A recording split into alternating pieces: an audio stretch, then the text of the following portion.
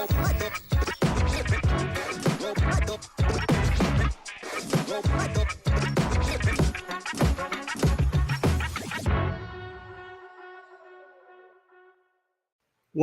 to the show. This is going to be a great show. Really looking forward to this tremendously because there's a lot to discuss. A lot going on in the NFL right now between injuries and underperformance. I do want to remind you that you can ask questions for the show, and you can do so by following us over on YouTube. We'll get to all your questions throughout the show and at the end. So go search for Sharp Football Analysis. You'll be able to get all your questions in, and we're looking forward to covering those with you throughout the show. So with that said, let's get into our first topic. And realistically, where else can we possibly start than breaking down that inexplicable, utterly tragic debacle by the Philadelphia Eagles last night? This was an embarrassing and ridiculous loss, in my opinion, for multiple reasons. At the end of the day, though, only two things matter here, in my opinion. Number one, the decision on 3rd and 3 at the Falcons' 10-yard line. Up 3 points, 1:46 to go. 0 timeouts for the Falcons. It's that, and it's that defensive play call on that fateful final drive. The Eagles had the decision to make as to the play call on that 3rd and 3. They chose to call a screen pass to Saquon Barkley because, according to Nick Sirianni, the Atlanta Falcons defense was junking it up. Let me remind you of one simple statistic. Matt, can you pull that up? 7 for 7. What is 7 for 7? 7 for 7, you can see right here on the screen. The Eagles' runs needing 3 or fewer yards throughout the course of the entire game. Look at what they did. They went 7 for 7. First down, first down, first down, first down, touchdown, first down. Anytime they needed yardage, they were having success. This was a dominant performance by the Philadelphia Eagles rushing attack. Jalen Hurts was dominant. Saquon Barkley was dominant. Let's say it's the first time all game that you get stopped in the worst case scenario. You do not kick it on 4th down. You don't do that. On 4th and 2 from the Falcons' 9-yard line with probably 59 seconds left, you run the football again. You have gained 86 yards running on the ground, an average of 5 yards per rush. And look, if you can't pick up 3 yards on 2 runs, where does that leave the Atlanta Falcons? With the ball at their own 8-yard line with 52 seconds left, down 3. And you play defense. And the Atlanta Falcons, knowing that they need 50 yards to get into field goal range with about 50 seconds left, they're not going to operate the same way they did with the ball at their own 30-yard line with 1 minute and 39 seconds left, needing a touchdown. The odds you lose the game in regulation are very low because they're probably going to be settling for a field goal.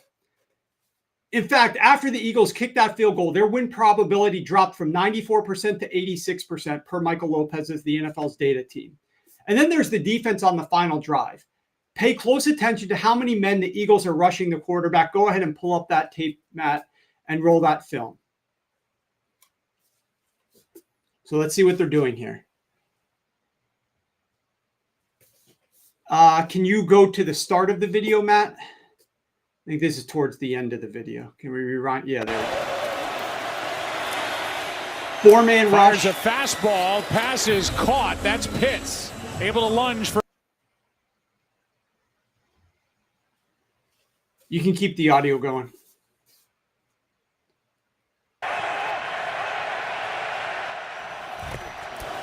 Another 4-man rush. Good clean Mooney pocket. Makes the catch Clean inside pocket. the 40. Another big chunk. 21 yards with over a minute to go. They're playing the 2 deep safeties, and they're prevent so deep trying defense. to guard against giving up the big play that it opened up that boundary shot. Opened up everything for the Mooney. Philadelphia That was a big Eagles chunk here. play they needed. Opened up everything, as Troy's saying. No pressure on Cousins. Mooney again breaks the tackle. There we go. Out of bounds near the 12. All right, you can pause that, Matt. Absolutely no pressure from the Kirk Eagles. Cousins Good goes protection from the 58 Atlanta yards. offensive line. Well, they got a one-on-one. There we go. All right. Kirk Cousins goes 58 yards in just 3 plays. Now let's go to the pass rush tweet. Let's bring that one up. When sending just one extra man on a blitz, the Philadelphia Eagles held Cousins to 2 out of 5, which is 40% completions, 3.4 yards per attempt, minus 0.17 EPA per attempt, and a 20% success rate. There you go. Philadelphia did not blitz Cousins once on that final drive until he had already reached the Philadelphia 7-yard line, where they forced another incompletion on that play on a 2nd and 5. So you have two things that were entirely on the coaching staff, in my opinion. And this is where the game was lost. You have the decision-making on that 3rd down, and you have that 4th down decision as well. And then you have the defense to close out the game. I mean, the Philadelphia Eagles, in my opinion, you run the ball twice on that 3rd and 3, 4th, and whatever it is, shorter than 3. And you try to end the game that way. The clock is running. The Falcons are absolutely going to be driving to, God hope them, get a field goal. And then you go to overtime. Worst case scenario is probably what's going to happen in that situation with very little time left on the clock. And you can't play that defense to close out the game. So these are the reasons why I thought this loss was indefensible, unexcusable, completely avoidable, and entirely on the coaching staff. That's just my opinion. Everybody is going to have their own takes. Entirely on the coaching staff. You could have said, Jalen Hurts, you could have been more perfect. You could have not thrown an incompletion at the very end of the game. You could say that Saquon Barkley, you were the one who dropped the pass. Everybody has a little bit of doubt of blame here in the blame pie, as we like to discuss. But this was, to me, on the coaches. That game was there for the taking. And the 3rd down play call and the 4th down decision and the choices to make on the way that they play defense in that final drive is ultimately what lost the Philadelphia Eagles this game. We move from something bad to something that's going to be exciting and good to discuss. I'm excited to talk about this next one. Yes, Yeezy. I'll get to a couple comments here. Yeezy. Just another Vic Fangio masterclass on Monday Night Football. Absolutely. That game against Tennessee with the Miami Dolphins, where they blew that lead just last year on Monday Night Football, that was a disaster as well. Sean says, when do you think Sirianni gets fired? Look, I don't know. The Eagles have obviously very high standards. Howie has spent a lot of time and money trying to build this roster. This is a team that pre-flop, preseason, we expected to win the NFC East, and I still have those same exact expectations. It's a very good team. Their defense under Vic takes a while to get together, and it will improve down the stretch. It's not looking great right now. It will get better. And then last question by George, Cousins mechanics. He does seem a little bit more comfortable. This is what I was saying, I think it was last week. He doesn't look right now. He is going to get a little bit better. It's natural, him not playing in the preseason games and him not feeling 100% comfortable. If anybody's had injuries, the way that you come off of those, I myself nowhere near this level, but have torn my knees up playing sports in high school. I broke my leg playing soccer. These are injuries that you have to have confidence when you come back and just work through some things. Cousins is going to get a lot better. And he's starting on that trajectory. But look, I mean, this is the Eagles game to have. He's still, relatively speaking, a sitting duck. His passing on the move is not very good. They were improving some things, but he still doesn't look like he's fully comfortable, and that'll come in some time.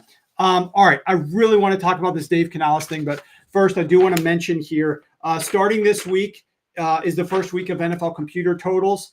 Since 2006, we're hitting 62% on over 1,000 of these. These are the strongest, most accurate things that we do over at Sharp Football Analysis. Is my computer totals over the last 4 years, 126 and 52. That's 71% success. Use the code TOTALS30 and you'll get 30% off site-wide. If you want to get on board, you can use it on a weekly package. You can use it on a monthly package. You can use it on a season-long package. These totals are coming out this week. They're from the computer model, and they are the strongest plays that I give to clients. And so I'm looking forward to that. Just go to sharp.football, and you can check those out. All right. really want to talk about this next one because I've got an interesting perspective on this Carolina Panthers situation. So let's go ahead, Matt, and pull up the next topic.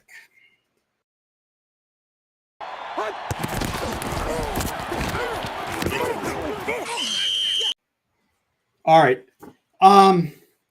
Before we get into this one, Matt, I want to go ahead and let me see here. Matt, I want to go ahead and play the Dave Canales clip of him explaining the decision to go with Andy Dalton and benching number 1 overall pick Bryce Young. Go ahead and bring that one up.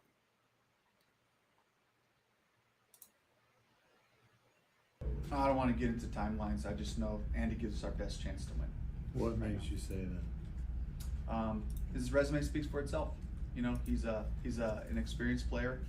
He's got a lot of football in his history, so I'm excited for Andy with this opportunity, and I believe he gives us our best chance to win this week.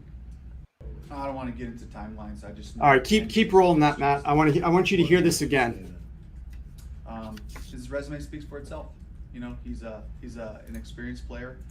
He's got a lot of football in his history, so I'm excited for Andy with this opportunity, and I believe he gives us our best chance to win this week. I don't want to get into timelines. I just know Andy gives us our best chance to win.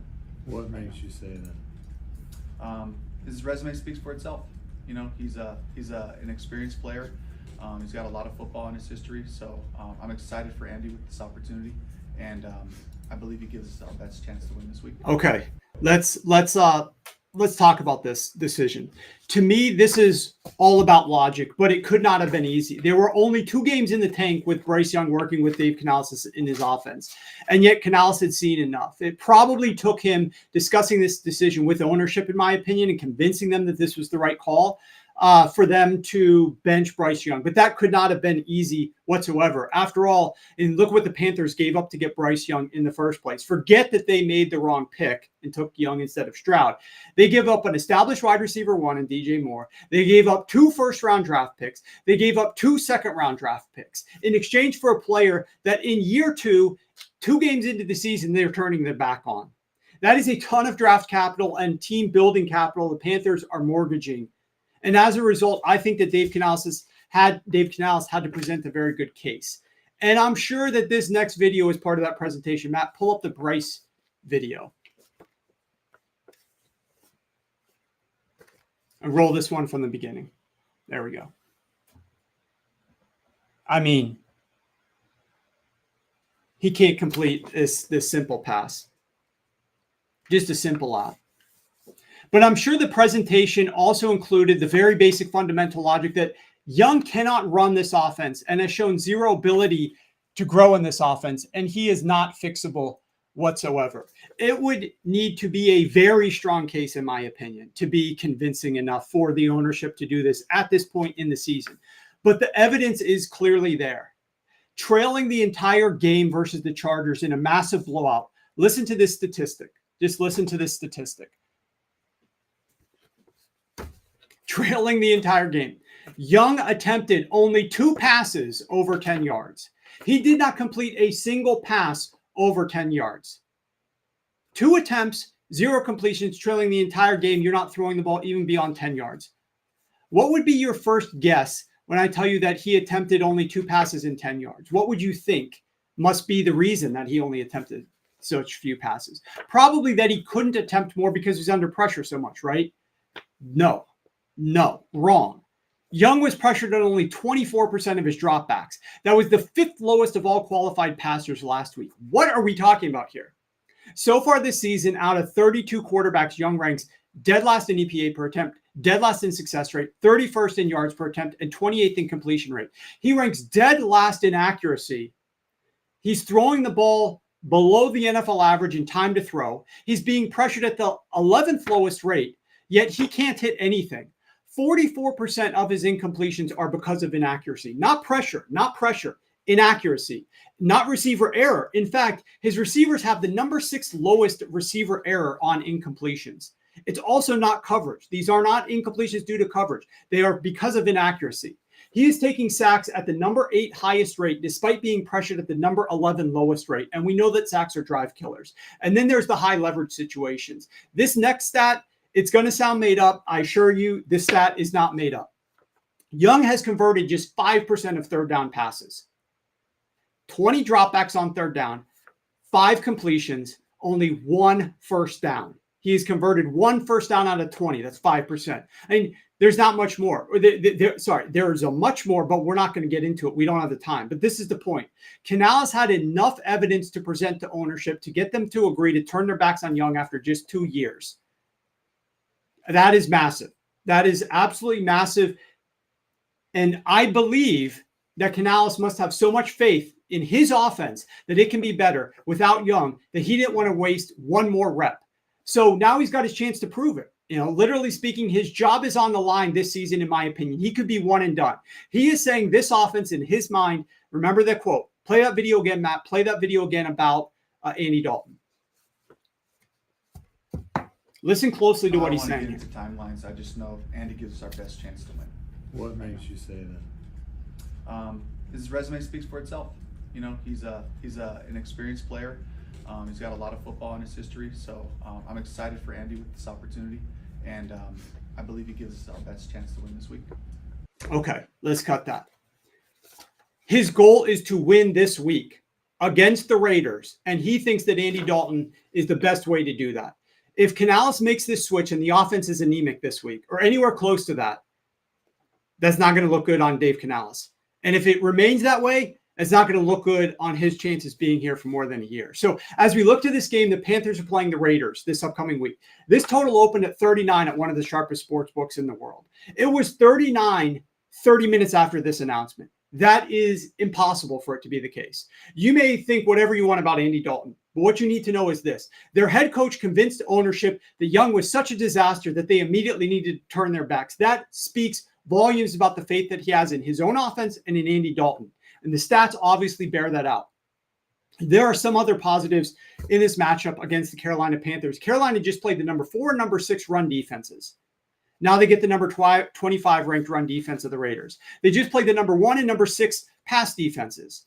Now they get the 18th pass defense of the Raiders. They just played the number 1 and number 3 red zone defenses. Now they get the number 22 red zone defense of the Raiders. And this offense was poised to look better with Bryce Young in this game. Throw in Andy Dalton, and I believe that there are substantial reasons to think that this offense is going to look much better in Las Vegas. So I think Yeezy had you should buy low on the Panthers offense and take the over. George, Yeezy's comment. I'm not disagreeing. The total, there's 40 and a halves right now on the board. You can think what you want about the Carolina Panthers again. Dave Canales must have had so much evidence to show that this offense was going to be significantly better, and it can start potentially this week. And if it's not, it's his ass on the line. And so that's why I feel much more strongly about this. If this was like some other type of decision, I don't think that I would feel this strongly, but he's the one, he's the offensive mind here behind this team, and he's making the team make such a bold move.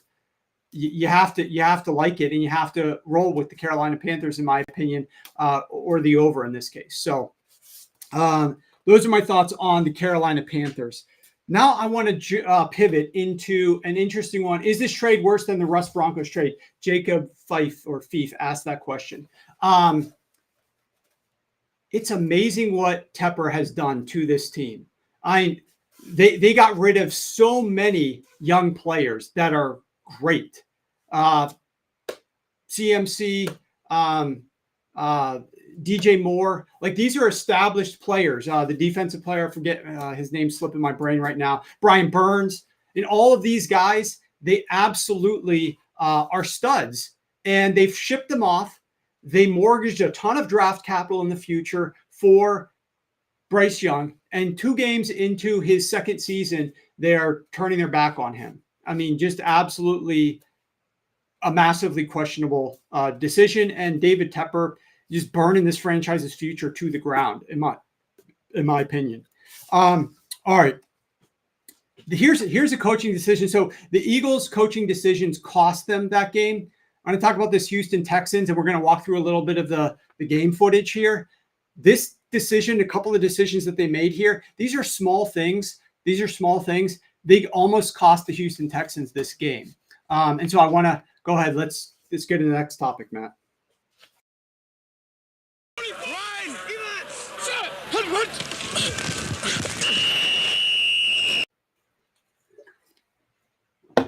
Okay. Let's go. Moving along. Okay. Coaching mistakes in Houston. All right. Let's pull up the first video, Matt. Let's pull up the first video, but don't play it yet. Let's set the stage here. Okay. What are we at here? We are at 1st and 10, and I want you to pay close attention to the game clock and the scoreboard. So obviously they are leading. I got to minimize this to see it better. Okay. They're leading by 6 points. This is a one-score game. There's 2 minutes and 45 seconds left here.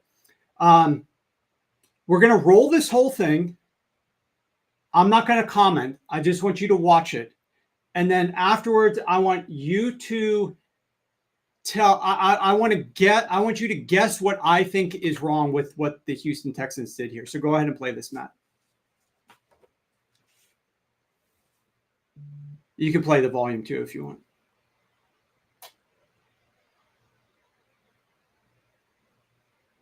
No, don't worry about it.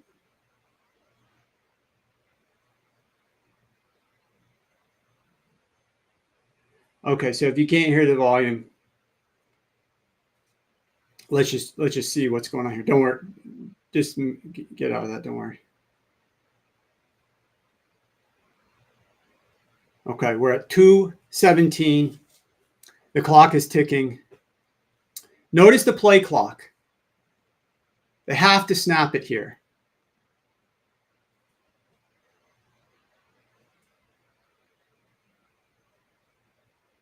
It's freezing up on my end. I don't know if you guys are seeing this or not. Can you go back to that, Matt?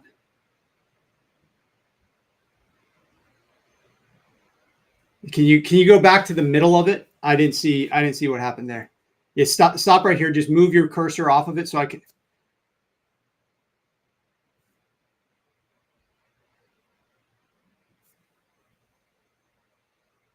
Okay, let's watch this.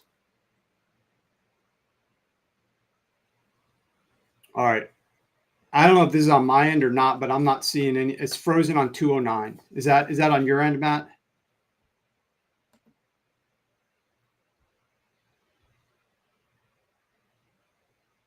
I'm not sure what's going on there. Okay. The bottom line is this. And Matt, do you have any? You're able to bring that up or no?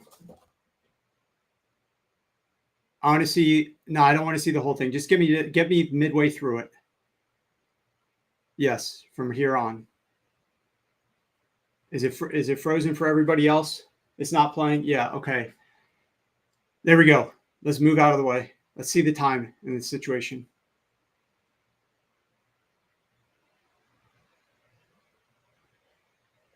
So they snap it and run the ball up the middle for a 2-yard gain. Okay. Does anybody see what's wrong with this situation? You can pause it there. Okay. That was a little rough, but I got 2 issues with this one. 2 issues with this one. The first issue, Matt, can you go back to the start of the video? I'll talk over it. Just try to play it again. The first issue that I have with this, and this didn't cost them in this game, but it could have cost them in this game. You need to pause it right here, Matt. Pause it right here. Sorry. You need to call a longer developing play. You have a play clock that sits at 40 seconds. You're 1st and 10. You're in an obvious run formation. You're planning on running the football here. You need a longer developing play because your goal on this play has to be that play clock does not reset until it's below 2 minutes and 40 seconds on the game clock so that you can escape and run this all the way down the 2-minute warning so that you do not have to call a play with 2 minutes and 1 second left before that 2-minute warning, basically giving the Chicago Bears another timeout. So this play where they just run up the middle into line of scrimmage, the shortest distance to being tackled is a dumb play. You have to have something that's going to either end Don't run out of bounds. Obviously, I'm not talking about going anywhere near the sidelines, but it's got to be a play that can potentially take a little bit longer because your only goal is to make the Bears burn their final timeout on this side of the 2-minute warning. So that's issue number one with this play. Issue number two with the very next play is, if you go back to it and get down to the 201, Matt, if you just jump ahead to the 201, I'll just keep talking. The issue number two with this play is that play that they snap with 201. You have, I believe it's a 2nd and 10. You have a free play. You have a free play now. It's 2nd and 10, and there's 2 minutes and 1 second left when you are snapping this football. This is a license to pass the football. The only reason you're running in these situations is because you want the clock to keep going. But you know the clock is going to stop after this play no matter what. If you get a first down, the game is over. So this is the opportunity on 1st and 10 with a moving clock that's going to be moving. You want to call a run play so that you don't have to call another run play before the 2-minute warning. But after that happens and you have to snap a play on this side of the 2-minute warning, you absolutely must call a pass play because there is no downside to it. You could set yourself up in 3rd and short. You're not going to set yourself up in 3rd and short with a play like that. And there's no downside to calling a pass because there's no downside to an incompletion. And sure enough, they gain, and they're setting themselves up in 3rd and long anyways. Okay, so let's go to the next play from this very same game, Matt.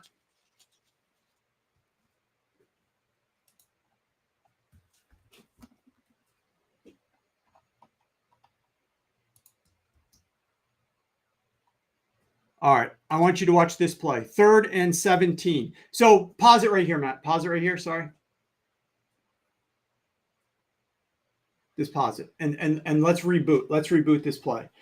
And yes, everybody in the chat, you are absolutely right. Nico, you could have forced a timeout. Yes, Lee, that is true. First down play call makes sense. Absolutely. Go back to the video, Matt. Go back to the and just pause it right here. So they ran a play on 3rd and long that drew a penalty. So now they're in 3rd and 17. There's 1 minute and 50 seconds left in this game, and it's 3rd and 17. 1 second here, guys. I am trying to pull up one thing. On 3rd and 17, what is your main goal here? Do you really think that you're going to convert a first down in 3rd and 17 when the defense is absolutely playing the run? No, you're not going to convert a first down here. You're just going to try to keep that clock moving. There's no chance that you're going to get a first down here. So what I question massively is this play call, because this is one risky as hell play call. If you watch the pass that's thrown here by CJ Stroud, it goes right over the head of a Bears defender who sniffs out the screen. And we just saw the Philadelphia Eagles with Saquon Barkley drop a pass on 3rd down to stop the clock from moving. Watch this play. Roll the tape, Matt.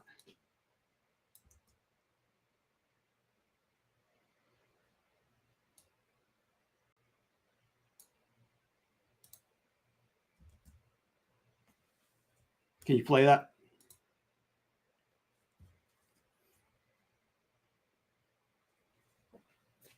I don't know what's going on here, but we're not getting the play. Okay, the bottom line, Matt, if you could pull it up, let's do it. Otherwise, let's just move on. Let's roll this. Just watch this play call. 3rd and 17. Look where Stroud, he's already looking to the left. He's staring down what he's going to be doing. That defender 52 almost gets him. And what if Diggs drops the ball? I mean, he's not getting a first down. So who cares if it's 3rd and 17, who cares if it's 4th and 17, 4th and 13, 4th and 12? All you care about is that clock moving. Throwing the football there was just extremely stupid to me. So this is exactly what I'm saying. This could have cost them the game. The Eagles made a dumb decision, in my opinion, late in the game that did cost them the game. Those 3 decisions that the Texans made here, they have to improve. This is a team that's trying to make it to the AFC Championship game. They've got a very good roster. They've got an outstanding second-year quarterback. They cannot afford to. This is a learning experience. Hopefully, in the film room, they go over this as a coaching staff. You cannot call that first down play to not allow you to force you to have to call another play before the 2-minute warning. You cannot then on second down call a run play that's not going to gain any yardage for you. And then on this 3rd and 17, you cannot throw a pass. These are basic principles of intelligent play calling and decision making in late games to help you win a game that I'm not saying you lost or you came close to losing per chance, but the Bears had the football there, like close to midfield, and needed a touchdown, and you would have lost. Just like the Philadelphia Eagles, who were up by 6 points, the Houston Texans, were up by 6 points, and you could have lost that game. All right. Let's go. Speaking of play calling, let's go to the Detroit Lions, Matt.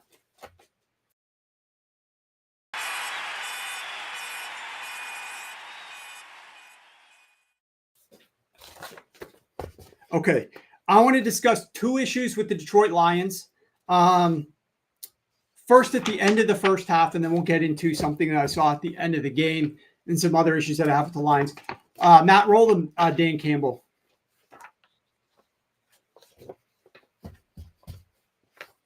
This is from Dan Campbell's press conference post-game.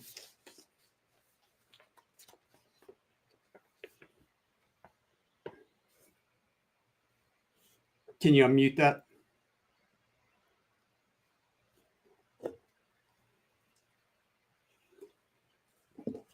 Okay. Is there any way to unmute that or no? All right. Well, don't worry about it. I'll just pick it up. Just bring it back to me.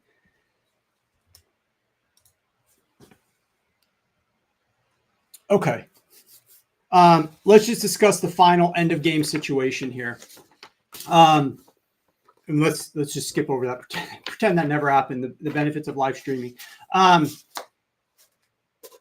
Let's go ahead and pull up. Can we pull up the other clip of the Lions at the end of game situation? This one doesn't have audio, so it doesn't matter if the audio is not working. The Lions had the ball with 1:17 left, 1st and 10 at the Bucs 13-yard line. And I want to show you the 4 plays that they chose to call here. Okay. Let's look at these plays. Go ahead and roll this. Start from the beginning. All right. 1st and 10. Pause it. Okay. This is a -5 air yard pass. This play is going to lose 4 yards on 1st and 10, and you're at the 13-yard line of the Tampa Bay Buccaneers, and you need a touchdown here. You likewise, you're down by 4 points. A field goal is not going to help you. Now, this play, this is a design screen pass. This is clearly his first read. These other guys at the bottom of the screen are just trying to clear out space and lure the defenders over to that direction. The tight end went in motion and dropped down to the bottom of the screen. The whole goal here is just eye candy to get the defense to flow to the bottom of the screen. None of these other guys are actually running routes. Look at the pocket Jared Goff has. He could have held the ball for many more seconds, but he's not doing that. This is this first and primary read on this play. Go ahead and play it, Matt. Watch what happens here. You'll see the defenders at the bottom of the screen. Don't do anything. Go ahead and play it, Matt. Okay. Keep it rolling. Okay, it kind of skipped there.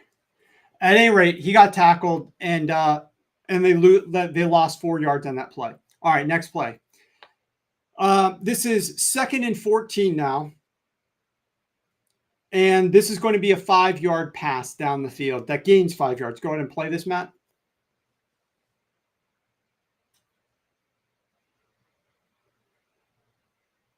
All right. It's froze. Okay. Pause it right there, though. At any rate, what I want you to see here is that every single one of these receivers is running like a 5-yard pattern. Look at the line that all of these guys are standing on at the 12-yard line. This is basically simple comebacks for everybody or out routes for everybody, curls, what have you. They are all just stopping at the 12-yard line and waiting for Jared Goff. Now, Jared Goff has time in the pocket. Like, he might have another second or two. Number 9 is going to be coming and beating the offensive lineman there. Again, it's a 4-yard pass rush. They are not blitzing. He's got time, but it's all short. Everything is well short of the sticks. This is not a play that is going to gain a first down. Okay. This is just to try to gain back some of the yards that you lost on first down when you threw the ball 5 yards behind the line of scrimmage with only one man running a route and you lost 4 yards. So go ahead and play it, Matt. And you'll see that Jamison Williams catches this ball at the top of the screen and gets tackled. The play gains 5 yards, sets up a 3rd and 9. Okay. So now let's look at this 3rd and 9 play call. All right.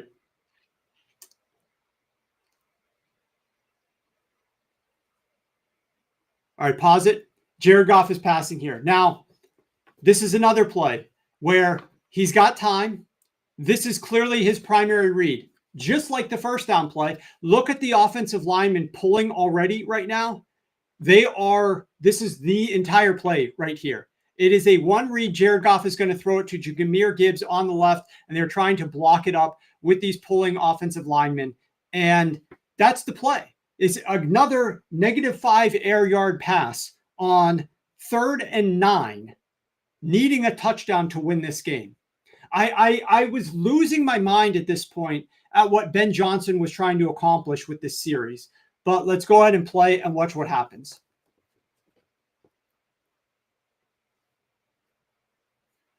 So Goff gets it out to Gibbs.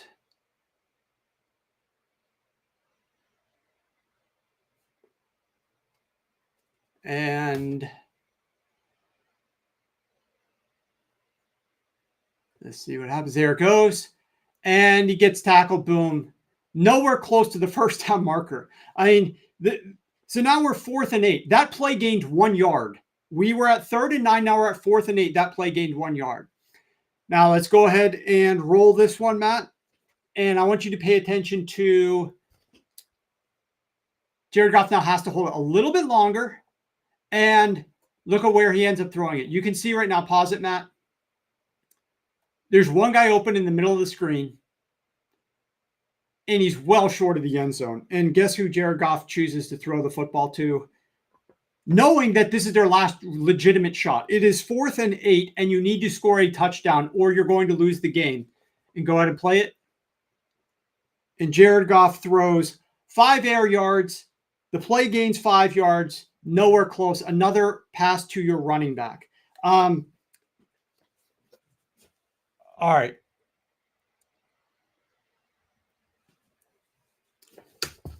What did we notice on that drive? Multiple passes thrown behind the line of scrimmage. I've lobbied against this all season long. Passes thrown behind the line of scrimmage right now this year are minus 0.22 EPA per attempt. Specifically for the Lions, minus 0.10 EPA per attempt when they throw the ball behind the line of scrimmage. Meanwhile, passes thrown beyond the line of scrimmage are plus 0.14 EPA per attempt league-wide.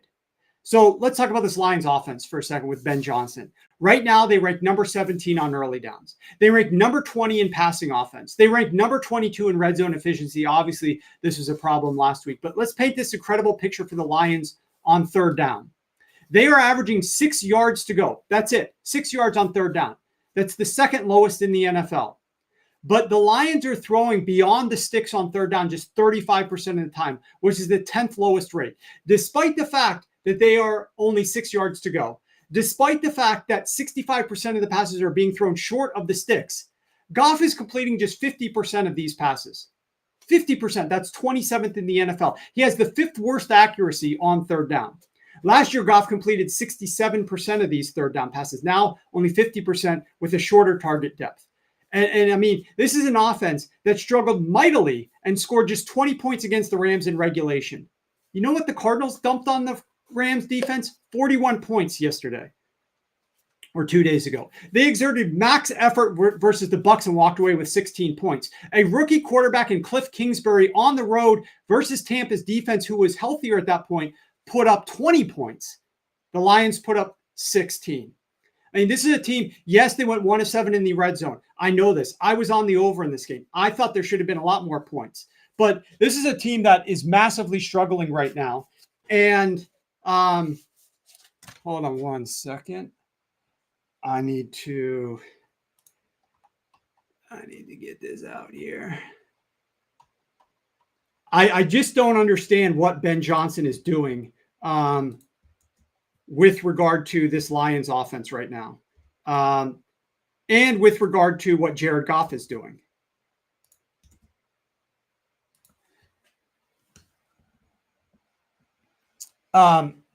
Think about these receivers and how they're distributing these passes right now. So Amon-Ra St. Brown is commanding 31% of targets. Those are averaging just 56% completion rate. Last year, those averaged 73% completion rate. His EPA per target is plus 0.01. That's it. Last year, this team had a 21% target share going to Sam Laporta. 7% to Jamison Williams. Now, they get rid of Josh Reynolds. That's 11%. Khalif Raymond's was 8% last year. Take that 19%. Give most of it to Jamison if you want. Jamison Williams, obviously an absolute stud. You don't drop Laporta down to 9.9%. They're not throwing the ball to Laporta at all. And for the life of me, I don't understand how the Jahmyr Gibbs passing targets are averaging minus 0.1 EPA per target, not minus 0.01, minus 0.10 EPA per target. Okay. Jahmyr Gibbs is a dynamic player. How are we targeting him so poorly and making such poor use of running back targets to Jahmyr Gibbs? I don't understand it. So I'm not quite sure what's going on with Ben Johnson right now and the Detroit Lions offense. As I said, we could try to blame things that don't relate to the offense, but just look at the scenarios with the other teams that have played the same opponents.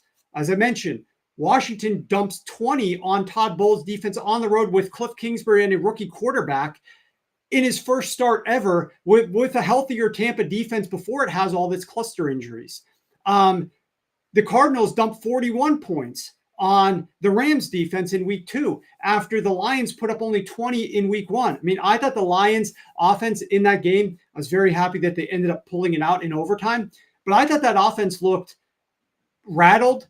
I don't know how the offensive line isn't performing a little bit better because they're intact from last year when they were absolutely dominant, but the offensive line isn't playing quite as well. But these play calls are mind-boggling to me, very much of the case. And I know the argument, you can make an argument that they made 7 trips into the red zone and they obviously outgained the Tampa Bay Buccaneers. This was not a horrific offensive performance by the Detroit Lions. I'm not suggesting that, but this is a team that is struggling under play caller Ben Johnson, and he needs to figure it out, and he needs to do so quite quickly. They're going up against the Arizona Cardinals this week. This total has been bet up after the open. I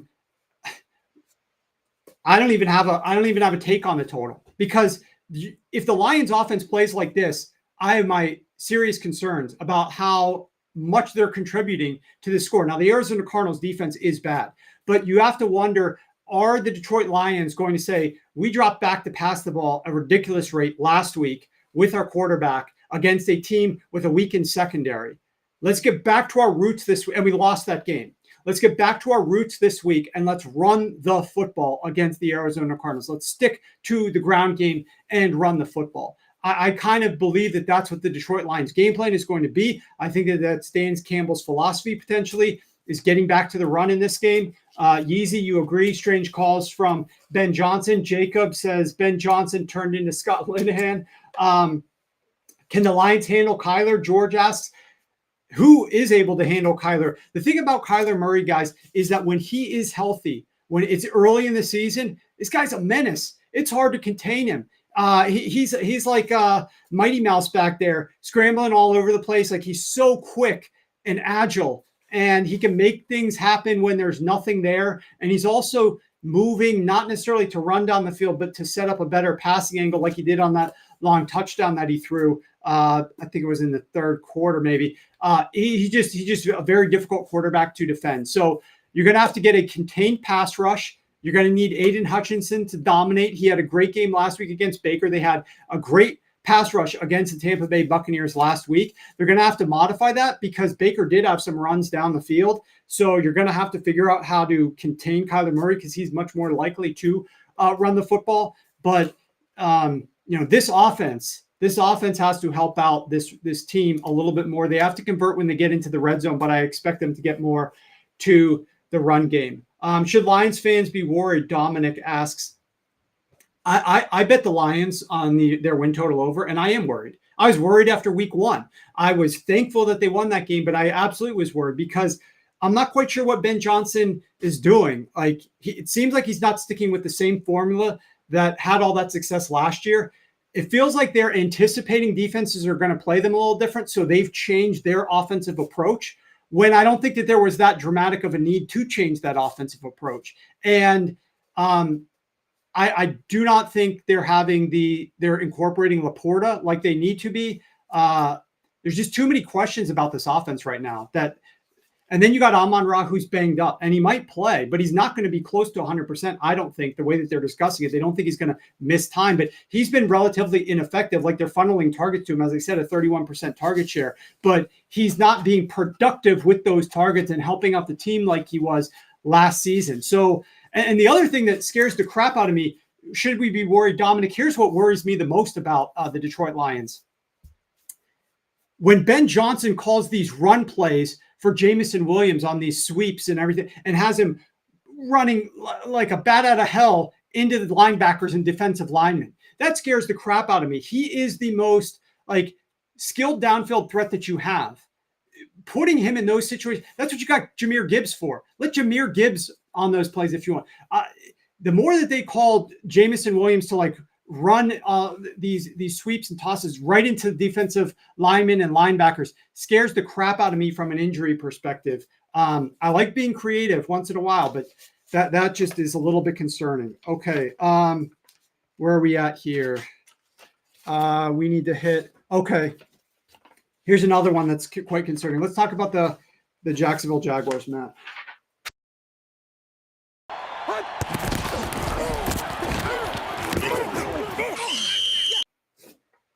All right. Here, Matt, I want to roll the clip after last week's loss to the Browns. We've got a clip here of Trevor. Let's play this. I'll be quiet. Trevor, how stunned are you by the offensive performance in the last 6 quarters? Yeah, I mean, we suck right now, so I don't. Pretty shocked. Obviously we had a great offseason, great training camp, and we got to figure it out. So we know we got a good group, we got good players, and we can be a really good offense, but clearly we're not. So everybody's got to take accountability, look in the mirror, and fix it. I got to play better. I'm the leader of this offense. It's on me. The wideouts got to play better. The lines got to play better. Running backs got to play better. Got to coach better. I mean, it's everybody, honestly. But we're standing around. We got to take charge. We're standing around waiting on somebody to make a play. Defense is playing their ass off the last 2 weeks. If a team doesn't score more than 20 points on us, we should win every week. We can't finish in the red zone today. Too many mistakes, getting in and out of the huddle. Communication wasn't good. I mean, it's a lot of things. And fortunately and unfortunately, it's what pisses you off after the game. A lot of it we control. But we control it, but we're not doing it right. So until we do it right, it's a different story. So we know the things we got to work on, and we got to find a rhythm as an offense. Too many good players to perform like that. Really, the last 2 weeks. All right, let's talk about this here. Specifically, let's start with Trevor Lawrence. There have been 32 quarterbacks with 100-plus attempts since week 12 of last year. Trevor Lawrence ranks 28th in completion rate. He's only completing 60% of his passes. He ranks 29th out of 32 quarterbacks in accuracy. When you talk about the bare minimum of what a quarterback needs to do, it is complete a pass. It's what Zach Wilson couldn't do. It's why he's a backup. And that's what Trevor Lawrence isn't doing right now. Now, I shared that he ranks 28th in completion rate. The only quarterbacks that he is better than? Will Levis, Trevor Siemian, Bryce Young, and Sam Howell. Absolute yikes. I mean, that's ridiculous. Now, he's averaging 9.9 air yards per pass attempt. That ranks as the number 2 highest in the NFL. He's throwing 41% of his passes 10-plus yards downfield. Number 1 most in the NFL. You might say, okay, well, that's just last year's numbers. And you're right, it does include last year's numbers, but the first 2 weeks of this season, instead of 9.9 air yards per pass attempt, he's at 11.2.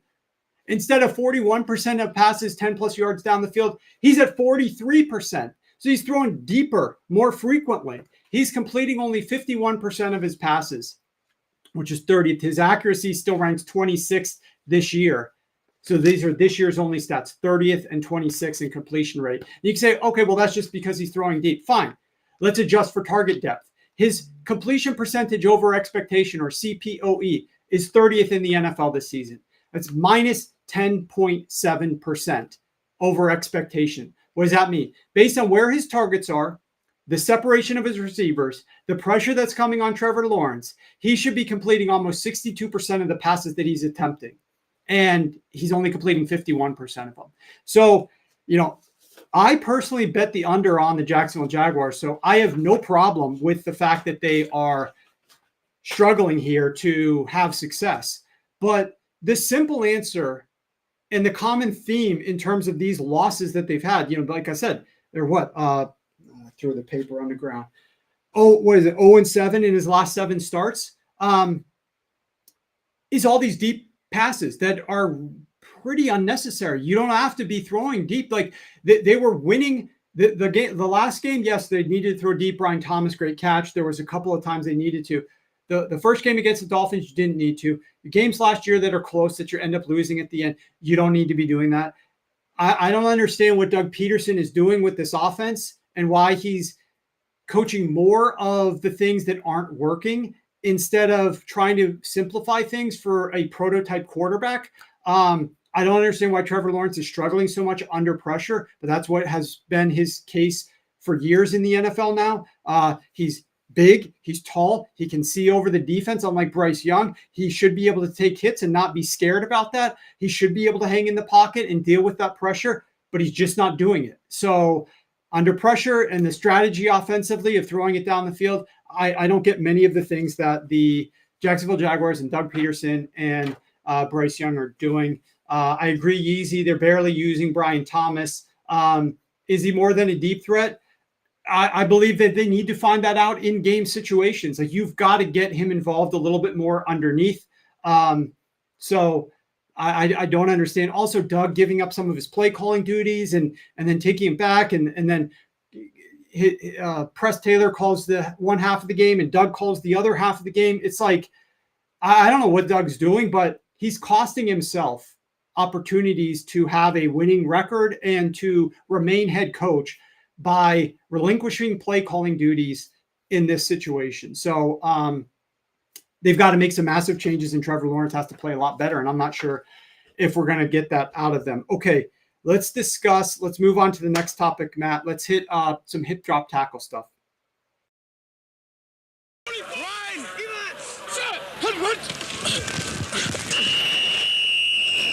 And Tom, I appreciate your comment. Love this episode. Like I said, if you watched last Tuesday's episode, I'm sure you would probably agree with me that we're much better right now, and we're only going to get better. Like the trajectory of this show is going up like this. Get on board while you can, because it is rising fast. And that's, I love your questions, your guys' interaction. So as a reminder, make sure you're following over on YouTube, where you can ask these questions. Just search Sharp Football Analysis. You can participate in the show over there. But all the likes on the episode, all the retweets that you can give, all the set your notifications. We go live every Tuesday and Friday at noon Eastern. Friday, it's nothing but bets. We're giving out bets left and right. We're giving out prop bets. We've got NFL experts, college football experts. We're going to also start bringing on guests to this show as well. So be on the lookout for that. Some people from outside the Sharp Football family. We're going to be bringing on Tuesday some well-known names that I've done some stuff with in the past, and some people that I've never done stuff with in the past that have insight into some of the teams and their inner workings, and some news and some conversations with players and information. We're going to be getting the scoop on that on Tuesdays at noon. All right, hip drop tackle. Thank you, Nico. Hit that like button. Yes. Matt, let's roll the 49ers clip real quick.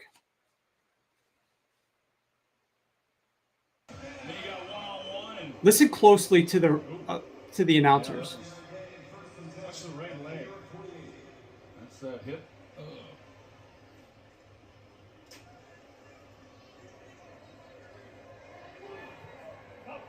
Talk about the hip drop tackle. Okay, pause that now. Did you hear how they were like so scared of like actually saying hip drop tackle. Like that's obviously what that tackle was. It doesn't take anybody who saw it last year and understands that they made it illegal this year more than a split second to realize that's what that tackle was. But the announcers, which is rare to hear, especially with Troy and Joe, dead air for several seconds while they were scared to mention that it was actually a hip drop tackle. Of course, there was no penalty on that call. Now let's go to the Texans one. Let's go to the next clip.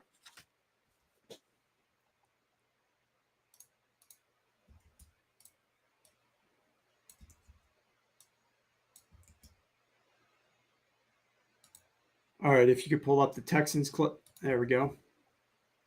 Two-time All-Pro, Hall of Fame, 1,000 catches in his Texans day. Here's Mixon trying to carry TJ and slow to get up. That's an important part of this Houston team. And Joe Mixon. Listen again carefully to the announcers. Let this keep going. And slow to get up. That's an important part of this Houston team. And Joe Mixon going to hop over to the sideline here and get looked at. Dead air. Wraps him up and falls on that right ankle there. Do you hear the word hip drop tackle? Goes down. Those are some of the plays that the league is trying to take a very close look at in terms of a bunch of different indicators that would lead to what is known as a hip drop. Okay, pause that. Do you hear how awkward this is? Is it just me, or is there some sort of an edict that the league is telling these announcers these are both primetime games?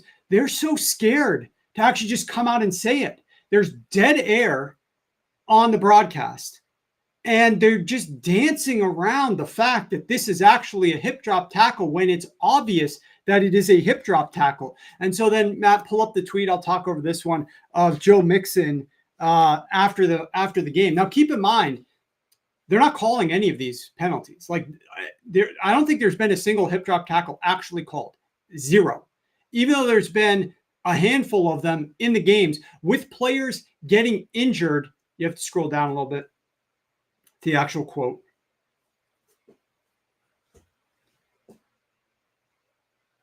The NFL, and this is from Joe Mixon's Twitter account, the NFL and NFLPA made it a rule and an emphasis for a reason. Time to put your money where your mouth is.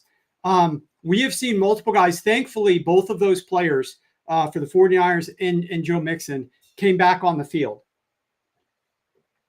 But we have seen now multiple players get injured, and as they're kind of limping around, there's plenty of time to talk about this, and yet they're not doing it.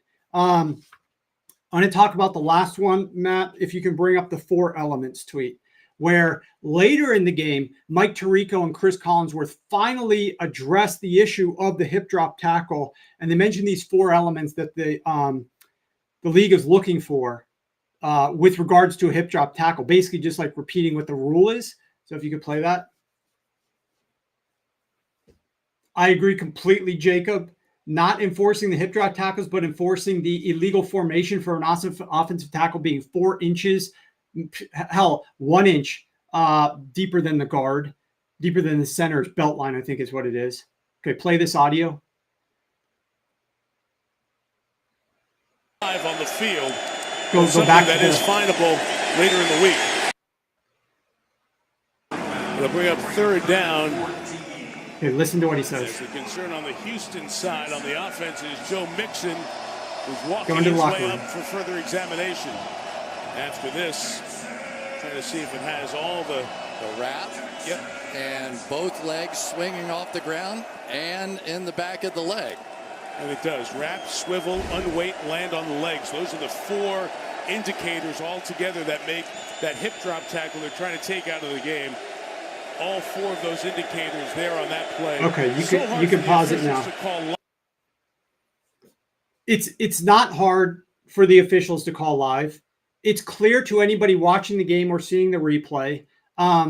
This is one of the biggest jokes in the league, in my opinion, is the fact that they aren't calling these, and they're clear, and they've clearly told the TV broadcasters, dance around this. Don't really talk about it, especially live. I don't know what they're saying. Is all this dead air. They're scared to discuss it. They're never throwing any flags. It makes no sense whatsoever. You're just going to find these guys a little bit after the game if you discovered that they did this. I haven't heard any fines being announced for the hip drop tackles, but maybe I've missed that. If you guys have seen any fines announced for hip drop tackles, let me know in the chat. But I don't believe that I've seen any. And so I just don't know what they're doing here with these lack of penalties. They put it in there. And yet, as Jacob was saying earlier, you could bring up his comment, not enforcing the hip drop tackles, but enforcing the illegal formation. We're also calling all these ineligible man downfield penalties. That was an emphasis. We saw that multiple times on the Philadelphia Eagles in last night's game. Now, some of them obviously were egregious, but there's borderline of those calls that get flagged. There's the illegal formation penalties that get called. And yet, like a clear hip drop tackle where all the guy, if you lift up your legs and you jump onto the back of somebody else's legs, that pretty much is the hip drop tackle. You can talk about it has these 4 indicators, all this bullshit. It's very clear and obvious that those are the penalties. So call them. I just don't understand what the league is doing with these or what they're telling their broadcasters to do. I wanted to get into the Saints offense. But what I want to do is get your questions. So if you guys have some other questions that you'd like to ask, make sure that you're getting them in, and I'll start going through a few of them now. Just as a reminder before we do that, use code TOTALS30, save 30% off site-wide. We're launching our computer totals this week. We're also going to, before we get into your questions, we're going to run through some of the line movement here on the board. So get some questions in. We're going to hit up the lines real quick. Matt, why don't you pull up the DraftKings lines and let's talk about some of these. I believe, Nico, that they were told not to discuss these missed calls by the officials. Okay.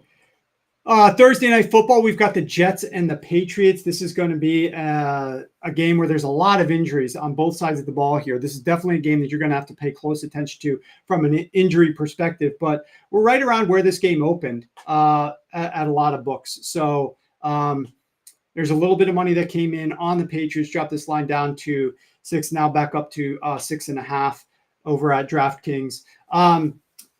We have seen massive under money come in on this Chargers-Pittsburgh Steelers game. And this is a tricky one to discuss because where's the bottom? We've got two defensive-minded coaches with offenses that are very happy to run the football and bleed out the clock and settle for field goals if necessary. Pittsburgh won a game with their kicker kicking a bunch of field goals. The Chargers last week just played the worst defense in the NFL in the Carolina Panthers. So that offense is not going to look nearly as good going on the road in Pittsburgh. So that's why that total is all the way down to 35.5 at DraftKings. Let's see. You look at another. We've seen some money come in on the Houston Texans. People not buying the Minnesota Vikings offense still. Thinking that Houston's going to look better after playing the Chicago Bears. I've been impressed, relatively speaking, with that Chicago Bears defense and Eberflus on that side of the football. The offense has a lot to be desired, but their defense has absolutely been playing pretty well. We've seen a lot of movement. The biggest line mover this whole week, I'm pretty confident in, has been this Philadelphia Eagles New Orleans Saints game. DraftKings opened this at 3.5. And I'm going to get my 2024 football preview book out here. If you guys have this is a great reference tool to go back and look at the lines during the season, during the summer. And I want to see what this line was during the summer. This was Philadelphia Eagles -3. DraftKings opened this game 3.5. And now they're sitting at Saints -3. I'm talking about 3.5 for the Philadelphia Eagles. The Eagles were favored on the road here before the season. This has swung all the way 3 point so that the Saints are 3-point favorites right now.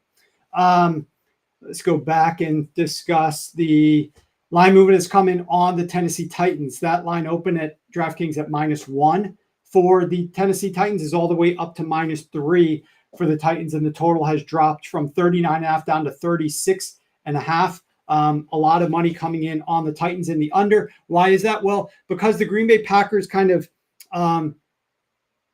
they let the cat out of the bag of what they're trying to do offensively. And there was adjustments made by bad Indianapolis Colts defense in the second half to kind of slow things down with that offense from Malik Willis.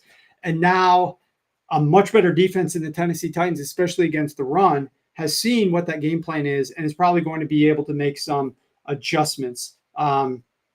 So that's one of them. This Miami Dolphins game against the Seattle Seahawks is interesting. A lot of money's been coming in on the Miami Dolphins, dropping this opener down to as low as 4.5 at some spots. DraftKings is at 5. Just the expectation Seattle is going to be without their running back, and Seattle hasn't looked all that impressive. They had a record day from Geno Smith. I mean, he torched that New England Patriots pass defense, yet they still really were not productive in terms of scoring points. They are playing at home, but there's been money coming in on the underdog Miami Dolphins with the backup quarterback, obviously given to his situation. We discussed earlier this Arizona-Detroit game with all the issues the Detroit Lions offense is having here. I'm really intrigued to see how they're going to do there, but this line is now sitting at 52.5 at most spots from a totals perspective. And let's hit the Monday night game. We've got the 2 games on Monday night. We've got the Jaguars visiting the Buffalo Bills. This is taking a little bit of Bills money. It looked like 6.5 was a little bit high, so then it came back down. But DraftKings opened this at 3.5 for the Bills. And once people saw, this was before the game ended for the Jaguars game, and once people saw how the Jaguars offense looked against Cleveland Browns, this line moved in the Bills' favor, but 6.5 was a little bit too rich, so now it's down to 5.5. And you've got money coming in on the Cincinnati Bengals a little bit against the Washington Commanders. Now, this line was at 8. It's dropped back down to 7.5. This is going to be a very popular teaser leg on Monday Night Football, with a lot of people looking to tease the Cincinnati Bengals down to underneath that key number of 3 with a 6-point teaser for cheap, and hoping to avoid what happened with the Philadelphia Eagles yesterday, where the Philadelphia Eagles obviously botched that game. And now that one wasn't over the 7. That line took a ton of Atlanta Falcons money and dropped the line much lower before the game, especially with the A.J. Brown news. But expecting the Cincinnati Bengals can't possibly start 0-3 at home against a rookie quarterback on the road going up against Lou Anarumo's defense. All right, let's get into some questions here. Is there any data for West Coast teams that stay out east for back-to-back weeks? The Chargers are staying out on the east this week. But I'm not going to get into the specifics, but I will say that most guys love betting this angle, love betting the angle of the West Coast team staying out east on the East Coast. And as you mentioned, Jacob, that's exactly what we're getting out of the Chargers this week as they head to play the Pittsburgh Steelers. Okay, Boom Fantasy said that the Giants were fined twice, but it wasn't classified specifically as a hip drop. They were, though. So you have that. Jacob asked, what happened to the Cowboys defense? I know they played Watson week 1, but is the New Orleans offense really that good? Well, we talked about this a lot on the Friday show. I was on the first half over in that game. And, I mean, thankfully, the New Orleans Saints offense came to play. That defensive line of the Dallas Cowboys is still good, but the Saints had answers to it. And you can't say enough about that scheme, that style of offense, Clint Kubiak with the 49ers, and just the success that they are able to have. Just a ton of success against this defense. And I think the Cowboys defense is going to look a lot better than what they looked in that game. But I don't think they're world beaters. And this offense has to step up massively. But what's their next punch, right? Like they got Dak and CD. I mean, they don't really have a great run game. Who's your number 2? Tolbert. I mean, they don't really have Brandon Cooks. What do you have, like 2 catches for 6 yards or something? I mean, they just don't have a second punch if you take away CD Lamb or minimize CD. Maybe you can't take them away fully, but that's just going to be difficult. How do I scroll down? Oh, there we go. Just figured out how to scroll through the questions. I was just reading the ones at the top.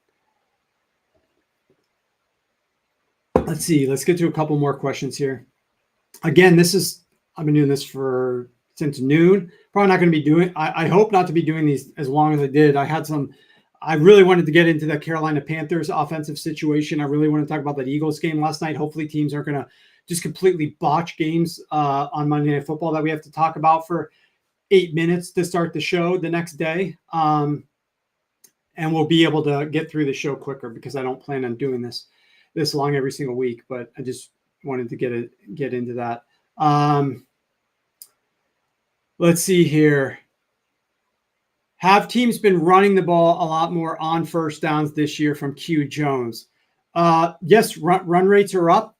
One of the biggest issues has been execution inside of the red zone. I've got some stuff that I'm going to be sharing later on just league-wide. It's not just the Detroit Lions or Sunday, but league-wide, there's been issues inside of the red zone for so many of these teams with the play calling and execution combined.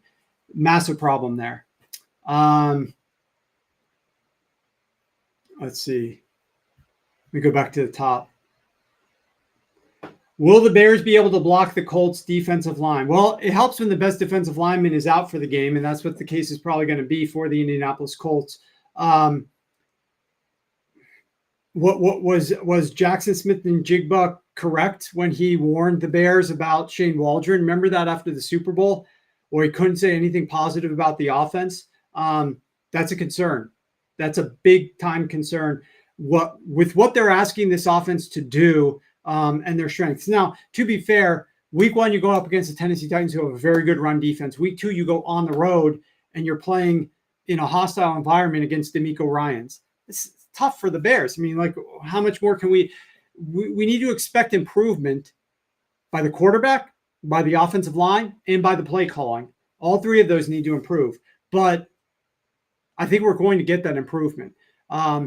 Theoretically, it could come this week, because what's so great about this opponent is, unlike DeMeco, you're going to get what you see.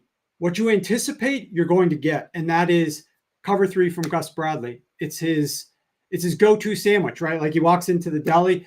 This is a sandwich. He always orders that exact same one. That's what he's going to bring to the table. He's not really going to change the picture up that much for Caleb Williams. Caleb Williams is just going to have to beat him at his own game, at the Colts' own game, Gus Bradley's own game. So can Shane Waldron figure it out how to beat cover 3? If they can, yes, the Bears offensive line is going to have success. They're going to be able to block, and they're going to have some success. Chargers have stayed out east, Marco says, and had success before. So that's a positive for them. Another theoretical teaser like that you could add to the portfolio probably.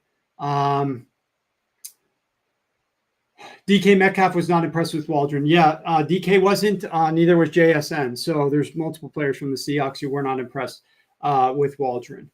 Okay, I think that's it for this week's show, guys. We are going to be back on Friday at noon. Please go over to YouTube and subscribe to the Sharp Football Analysis channel.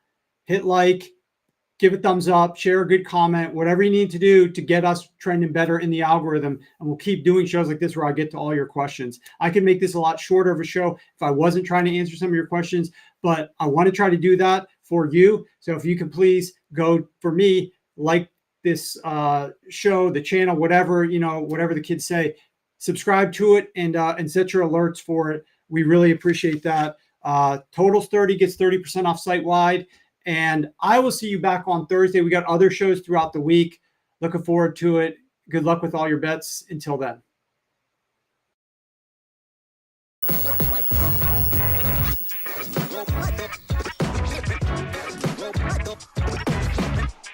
Well,